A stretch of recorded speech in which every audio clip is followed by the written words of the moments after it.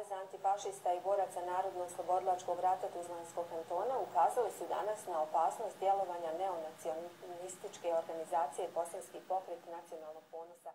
Kako je istaknuto na danas održanoj preskonferenciji, ova organizacija donedavno je djelovala uglavnom posredstvom interneta, a sada je krenula u agresivnu kampanju po bosansko-hercegovačkim gradovima.